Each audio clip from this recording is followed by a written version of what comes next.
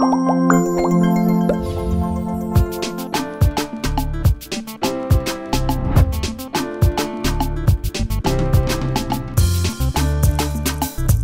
madame, monsieur, bonjour. On est samedi, comme les enfants demandent, oh, tu ignores quoi. C'est bien, traité qui démarre. Aujourd'hui, nous recevons une diva. Diva avec D majuscules. Parce que là, dehors, j'entends ça parler de diva, diva, ou juste une vraie diva. Partie en France à l'âge de 16 ans pour aller faire l'école, c'est-à-dire pour faire soit le droit, soit faire la médecine. Elle est partie faire autre chose. En tout cas, aujourd'hui, on va découvrir ensemble de qui il s'agit. Il s'agit bel et bien de Queen Eteme, la maman. Bonjour. Bonjour Edoudoua, comment ça va? Ah, moi je vais bien, et toi? Ça va malgré la chaleur. Tu as vu que j'ai mon éventail. Oui. Entre-temps, j'ai aussi appris que tu as eu un léger accident de la circulation. C'était encore quoi? Oui, en janvier, mais Dieu fait grâce. D'accord. Je m'en suis sorti avec une fracture de la cheville gauche, mais le Seigneur est merveilleux. On a eu plus de peur que de mal, on va dire ça comme ça. Alors, comment est-ce qu'on part du droit de la médecine vers la musique? Ça s'est passé comment? Quand tes parents ont mis leur argent que va faire l'école. Surtout que je suis une fille de Bayamsela. D'accord. Et que mon enfance a été... c'est passé pas très loin d'ici. Hein. Ouais. Au marché, c'était encore le marché central. Hein. Ouais. C'était pas encore le marché du Fundi. Ouais. Et mon école était juste au-dessus, au parc de Piquet. D'accord. Donc, à midi, je descendais voir ma mère au marché. Et on me mettait le tablier, je mangeais les beignets ou le sanga. Et après, je remontais à l'école. Ouais. Et plus tard, ça s'est passé à l'école du centre administratif. Donc, je suis dans mon quartier d'enfance. Ah, calmement. Avant d'aller au collège Montesquieu, lycée Leclerc, et avant de m'envoler pour la France. Ouais. Mais c'est passé que ma mère et mon père, eux qui n'avaient pas eu la grâce de faire de grandes études, avaient leur rêve, comme je suis l'aîné d'une famille de 6 enfants. Ouais. C'était que j'aille en Europe. Tu sais, à l'époque, il fallait aller en Europe pour que ton enfant devienne quelqu'un comme même actuellement, ça n'a pas changé. Donc, ma mère avait dit que, mais tu nous m'amènes. Oui. Donc, elle m'avait envoyé là-bas. Mais la passion de la musique était au-dessus de tout. Et finalement, mon destin m'a rattrapé. Parce que j'étais faite pour faire ce métier. Mais surtout, j'avais des choses à dire. Et j'avais surtout des combats à mener. Ouais. Et au travers de la musique. Et c'est ce que je fais depuis 25 ans. Ça commence comment? Tu arrives en France et puis ça commence à jouer dans ton oreille. Ça commence à la maison familiale. Oui. Parce que moi, mon père, Marius Etemé, feu Marius Etemé. D'accord. Lorsque nous étions petits à la maison, à Etoile-Meki, où on a grandi, il y avait une discothèque. Et dans cette discothèque, il y avait de tout. Il y avait les disques Kenya à l'époque. Bon, je parle pour ceux qui ont vécu. Hein. Bien sûr, bien sûr. Des 33 tours, des 45 tours. Pas vous les yéyés là. L'époque des 33 tours, des 45 tours. Oh ouais. Donc on avait de tout à la maison. Ça pouvait aller de Franco, ça pouvait aller de Anne-Marie Zier, de Théo Blaise Coucou. Que sais-je encore, il y en avait tellement. Ouais. Et donc c'est comme ça qu'on est piqué par le virus de la musique parce que chez nous, nous écoutions beaucoup de musique. Mon père était un passionné, un collectionneur de vinyles, de CD, de 33 tours, 45 tours. Et donc j'ai baigné dans cette ambiance-là. Ouais. En fait, je ne savais pas que le virus de la musique s'était incrusté dans mon ADN. Et quand je suis arrivée en Europe, ça a continué. J'ai intégré les chorales de gospel. Et puis, chemin faisant, après le gospel, j'ai été sollicitée par les grands noms de la musique, de la sono mondiale, comme les Manu Dibango et autres. Je ne vais pas tous les citer parce qu'il y en a. Hein. Ouais. Parce qu'avant de commencer ma carrière solo, j'ai d'abord...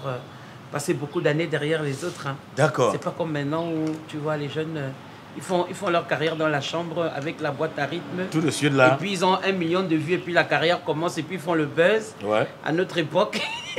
Vraiment. Il fallait d'abord être derrière en orchestre, faire les chœurs, accompagner les gens au concert, en studio, se faire le métier. Et donc on fait le cabaret, le piano bar pendant des années. Ouais. Donc mais en 2003, je commence ma carrière solo. Ouais. Voilà, et je me lance. Bon, si on revient donc sur ces grands noms que tu viens de citer tout à l'heure, surtout Manu Dibango, attends, c'est quand même du grand Manu Dibango que tu écoutais étant toute jeune. Alors, comment se passe la rencontre? Que mes parents n'écoutaient même pas, parce que quand ils commencent la musique, mes parents n'étaient même pas cogités. Voilà. Pour ne pas dire nés. Parce que quand ils commencent la musique, d'abord ils partent en France en 1949. Tu penses que mes parents ne sont même pas encore... Je ne crois pas que mes grands-parents se sont déjà rencontrés. Vraiment. Donc il y avait une probabilité sur combien pour que des années après je rencontre cette icône mondiale et qu'il me propose de travailler avec lui. C'est vraiment la grâce de Dieu, c'est des rencontres divines. Ça s'est passé que j'étais dans un temple de musique noire à Paris, qui s'appelle le New Morning, un endroit que beaucoup de gens connaissent parce qu'il y a beaucoup d'artistes qui vont pour des concerts et tout. Et j'allais accompagner un de nos frères qui fait de l'afro-folk, qui s'appelle Christo Nompobi. D'accord. Et donc, j'étais dans les chœurs avec une soeur qui s'appelle Joël Lesso. Et je ne savais pas que Papa Manu était dans la salle.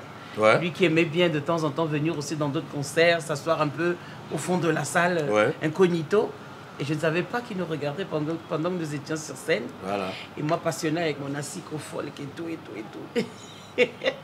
Il m'a remarqué. Et puis, quelques jours après, j'ai reçu un coup de fil de sa manager à l'époque, sa fille aussi, Georgia, Bango, qui vient de partir, paix à son âme. Et c'est parti comme ça. Bon, au début, j'avais pensé que c'était pour remplacer quelqu'un, mais ça a duré des années. Après, j'ai reçu un calendrier des dates sur 3 ans. Et puis, voilà, et puis on ne s'est plus jamais quitté jusqu'à ce qu'il parte.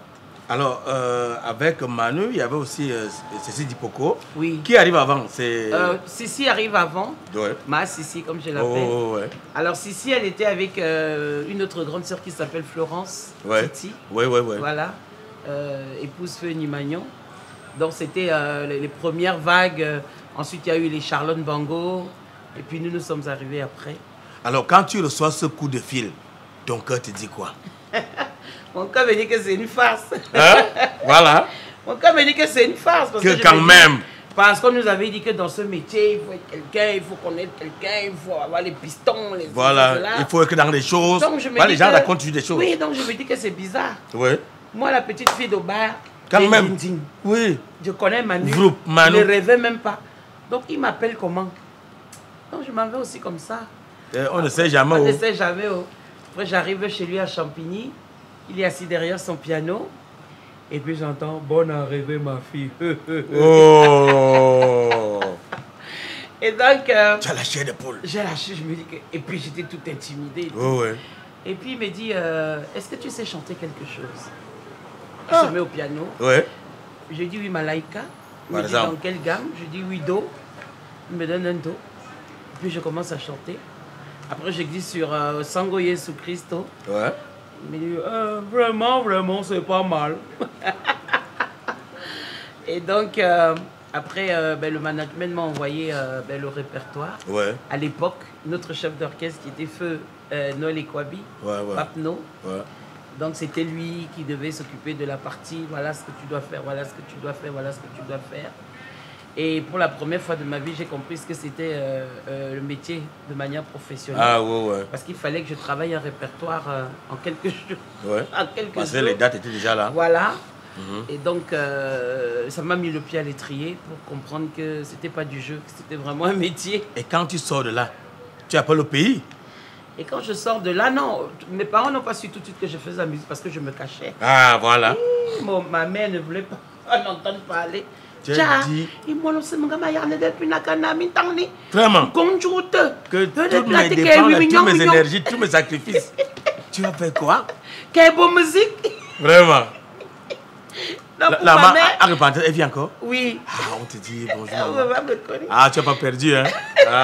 Pour ma mère, c'était terrible, surtout que je venais de perdre mon père. Mon père est mort, on était encore jeunes.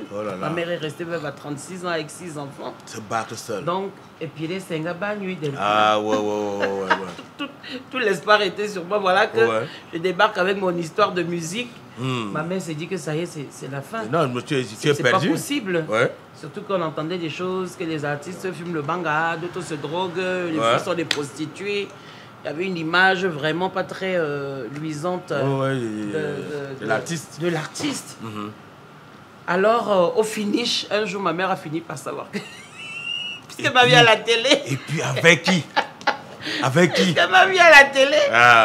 Et puis, bon, un jour, on a eu la discussion. Elle m'a dit, bon, il va retourner la musique. Tout est bonne musique. Comme ça, tu as choisi la musique, là. Il m'a dit, je venais au bout comme quand il ne le genre. Je ne veux pas. Non. Si tu as décidé de faire la musique, fais la musique sérieusement et fais une musique La qui vraie, va la permettre bonne. qu'on soit fier de toi. Voilà. Et ce mot-là est toujours dans ma tête. Tu as vu, elle t'a encouragé. Oui. Voilà. Et finalement, elle a accepté, même sans accepter, parce que tu sais que chez nous, les Tu vas encore faire les comment? parents acceptent sans accepter. Hein. Oh, on attend de voir Puisque jusqu'où est-ce qu'on va arriver. Puisque mon père avait acheté du terrain au bas là, Ouais. pour dire que quand je vais venir, je vais construire le premier hôpital pour soigner tous les, Tu as tous vu, les non? malades de bas. Ouais. Et finalement, je lui dis toujours que je suis devenu un médecin pour soigner les âmes. C'est Exactement. pas plus mal. Alors, avant de revenir sur ta carrière, lorsque tu apprends donc maintenant le décès du patriarche du monument de la musique Oui, camerounaise. je suis à Abidjan. Je suis à Ouais. Abidjan en 2020. Ouais. On est en plein confinement. Ouais. Déjà, le confinement n'était pas facile parce que ça, là, c'est venu nous trouver, comme on dit. On ne comprenait rien. Vraiment. L'autre, là, Ouais. on était seulement dans les maisons, on ne sortait pas. Bon, bref. Et puis là, le coup de massue tombe. Ouais. Et là, j'ai compris que c'était fini. C'était fini. Et depuis, vous-même, vous voyez le vide que notre papa a laissé. Ouais. Parce que quand il était là, même de temps en temps, quand il venait au pays, ça nous réchauffait Non, le on cœur. sentait que le père est là. Et puis, quand il revenait, il plaidait, il était toujours avec les artistes, faites ceci, faites cela. Et là, on sent que on doit prendre nos responsabilités. Hein. Pas son âme, il est parti. Voilà. Maintenant, on revient donc au niveau de ta carrière. Oui.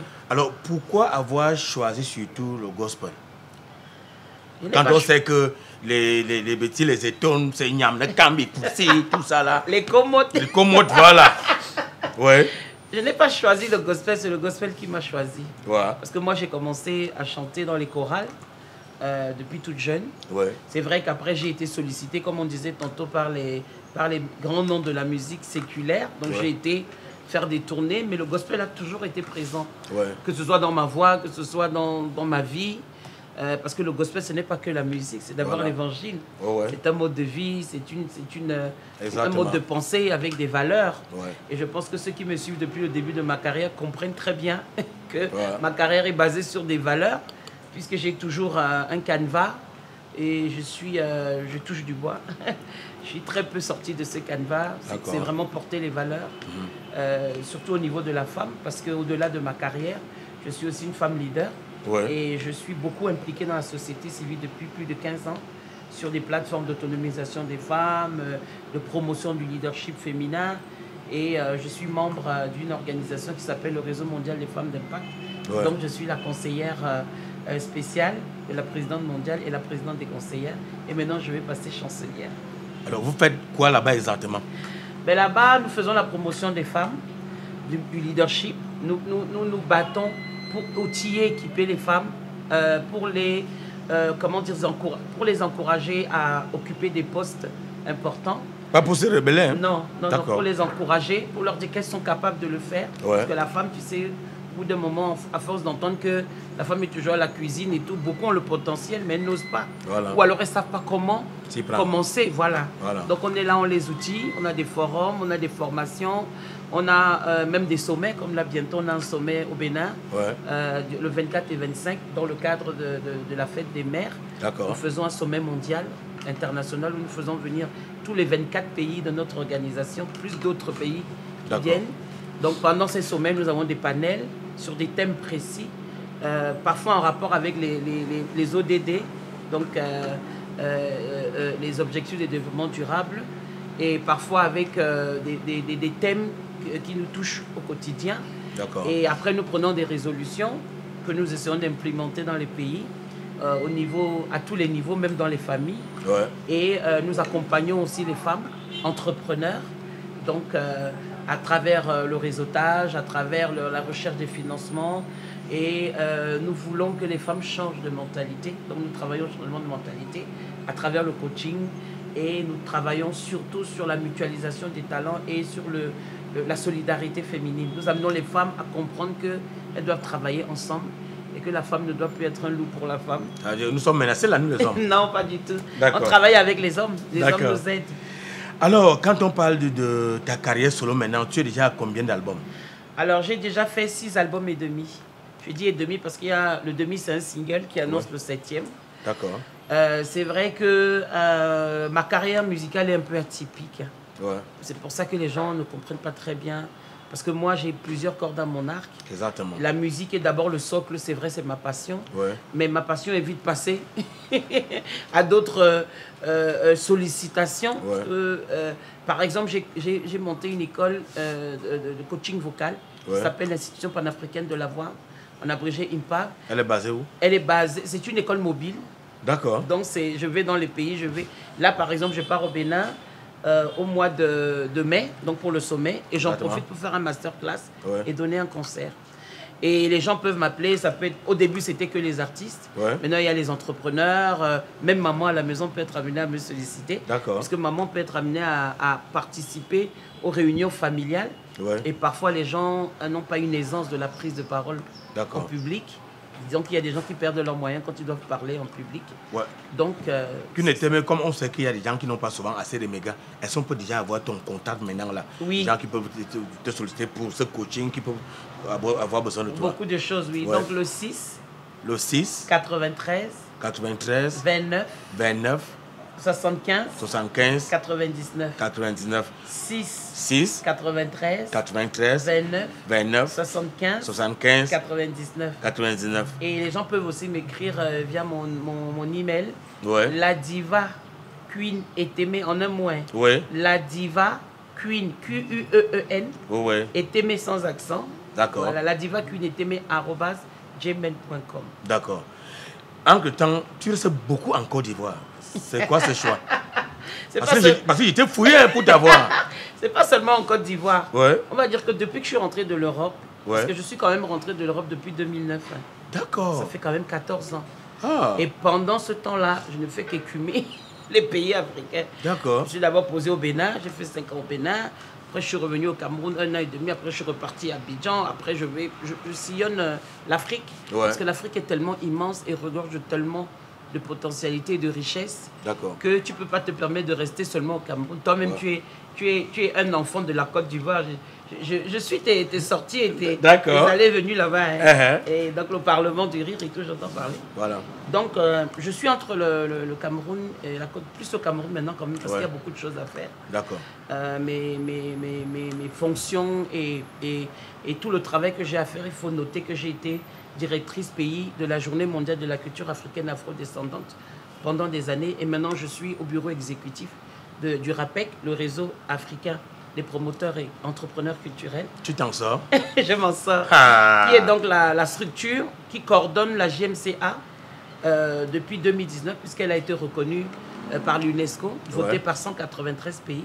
Donc tous les membres de l'UNESCO ont voté la Journée mondiale de la culture africaine et afrodescendante. Donc tu vois, il y a beaucoup de travail. Alors, qu'une était dans les tout prochains jours, le public devrait s'attendre à quoi? Le public devait s'attendre à la célébration de mes 25 ans. D'accord. Parce que cette année, je célèbre mes 25 ans de carrière. D'accord. Et donc, qui ont commencé à Ezezang Mendou. Ouais. Chez ma sœur, l'apôtre Doringa, maman Zana. Ouais. Donc, je suis allée là-bas le 23 mars pour clôturer le mois de la femme avec mes mamans des Ezezang. D'accord. Et c'était un moment vraiment fabuleux. Je me suis rendu compte que dans les villages aussi, en dehors de Yaoundé, il y a une vie. Bien sûr. Même une belle vie. Donc, la suite, c'est que je pars à Dubaï. Bientôt. Je salue Cash Money, Bachirou Productions. D'accord. Qui me fait un très beau cadeau d'aller célébrer les 25 ans là-bas. D'accord. Donc ça veut dire que j'ai encore des petits frères et des enfants qui travaillent. Donc ça se célèbre du côté de Dubaï? Oui. Du 10 au 15 mai. D'accord. Voilà, on a un festival là-bas et tout. Donc je suis la marraine et la guest justement pour célébrer les 25 ans. D'accord. Et ensuite, quand je reviens, je pars au Bénin pour le sommet, n'est-ce pas, international du réseau mondial des femmes d'impact, qui va se passer à l'hôtel Azalaï. Et je reste pour faire le masterclass le 1er juin. Le 2 juin, je fais le concert d'Action de grâce. Je salue le pasteur Elvis Dagba, qui est déjà en train de s'activer avec sa team là-bas.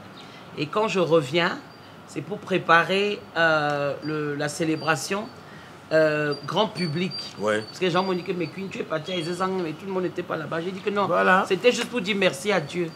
Maintenant, on est en train de préparer donc le vrai mouvement, où les fans, voilà, le vrai tour. Les fans vont venir, vont écouter mon répertoire et puis je vais inviter aussi quelques artistes. Ça sera quel jour exactement, quel mois? Je n'ai pas encore le jour parce que, tu sais, comme je t'ai dit, j'ai beaucoup de familles. Hein. Vraiment? J'ai la famille ecclésiastique, j'ai la famille artistique, j'ai la famille sociale, j'ai la famille des femmes. Ouf. Donc il faut rassembler toutes ces familles. Donc il faut une salle déjà. C'est cette année en tout cas. Cette année en tout cas. D'accord. D'ici la fin d'année, on aura une date.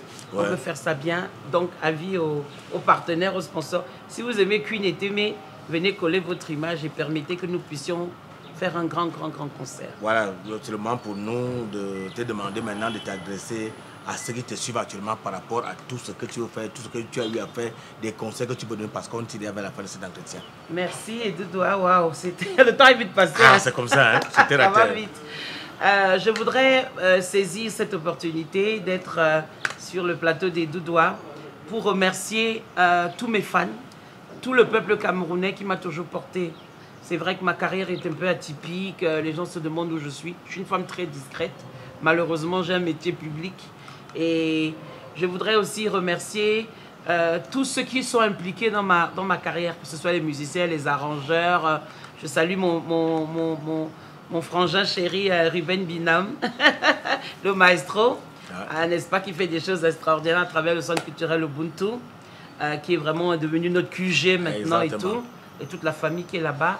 Je salue aussi tous ceux qui m'ont porté depuis le début de ma carrière. C'est l'occasion de dire merci parce que 25 ans, c'est pas 2 jours.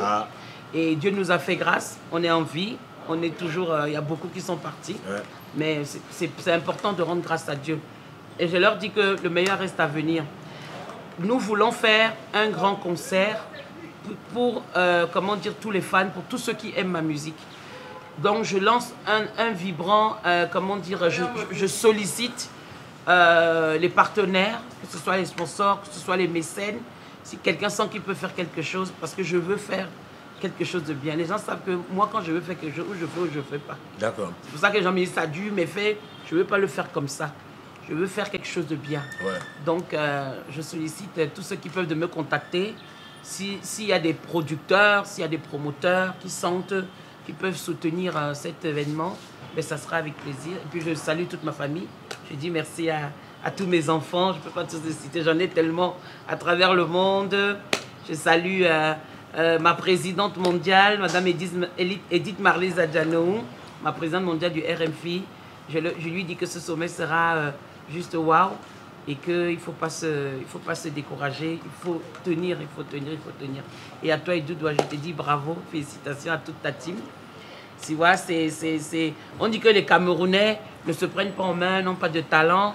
Toi, tu vois, tu prends ton talent et tu le mets au service d'autres artistes. C'est tellement rare. Et je te dis félicitations et bravo. Annonceurs, venez vous coller à cette émission. Hein. Ça vaut la peine. Hein? On va donc dire bye-bye avec cette note vocale de la maman.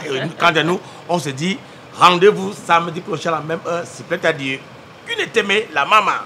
Alors, qu'est-ce que je vais chanter? Je chante en étonné. Chante, maman.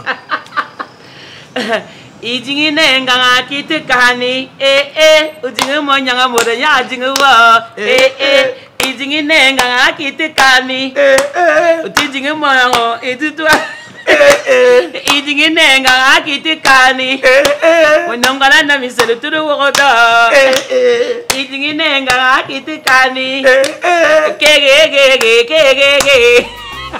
bye bye.